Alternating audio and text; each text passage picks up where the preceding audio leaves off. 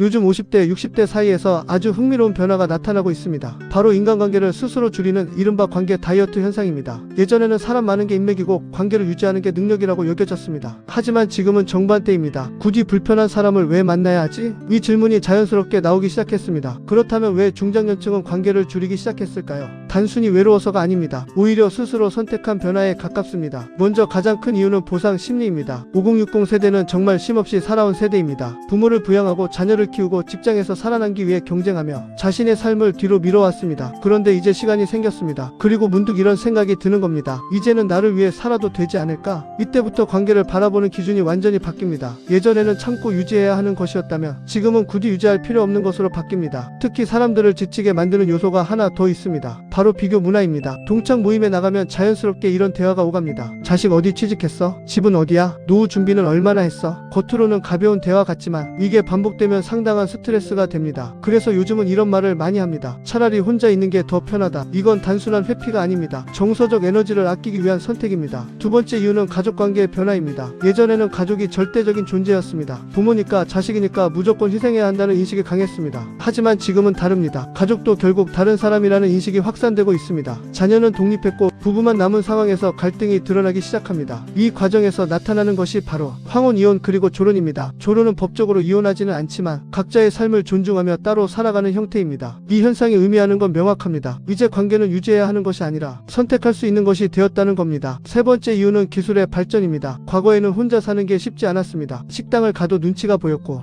은행 업무도 직접 가야 했습니다. 하지만 지금은 어떻습니까? 키오스크로 주문하고 스마트폰으로 금융을 처리하고 혼자 여행도 쉽게 떠날 수 있습니다. 혼자서도 충분히 삶을 즐길 수 있는 환경이 만들어진 겁니다. 이 변화는 중장년층에게 큰 영향을 줍니다. 굳이 사람을 만나지 않아도 괜찮다는 확신을 주기 때문입니다. 그래서 이런 말이 자연스럽게 나옵니다. 불편한 사람과 밥 먹느니 혼자 먹겠다. 이건 외로움이 아니라 삶에 대한 통제권을 되찾았다는 신호입니다. 하지만 여기서 중요한 문제가 하나 있습니다. 바로 고립입니다. 관계를 줄이는 것은 분명 장점이 있습니다. 스트레스가 줄고 감정 소모가 줄고 삶의 만족도가 올라갈 수 있습니다. 하지만 반대로 생각해보면 위급한 상황에서 도움을 받을 사람이 줄어든다는 뜻이기도 합니다. 특히 고독사 문제는 이미 현실적인 사회 문제로 떠오르고 있습니다. 그래서 중요한 건 균형입니다. 모든 관계를 끊는 것이 아니라 정말 필요한 관계는 남겨두는 것, 그리고 최소한의 연결은 유지하는 것, 이것이 앞으로 더 중요해질 것입니다. 결국 지금의 변화는 사람을 싫어해서가 아니라 나를 더 중요하게 여기기 시작했다는 신호입니다. 중장년층은 이제 더 이상 참고 살지 않습니다. 자신의 감정과 시간을 스스로 선택하기 시작했습니다. 이 변화는 앞으로 더 확산될 가능성이 높습니다. 그리고 우리 모두에게 질문을 던집니다. 당신은 지금 정말 필요한 관계만 남기고 있습니까? 지금 한번 생각해 보셔야 할 때입니다. 구독과 좋아요는 콘텐츠 제작에 큰 힘이 됩니다.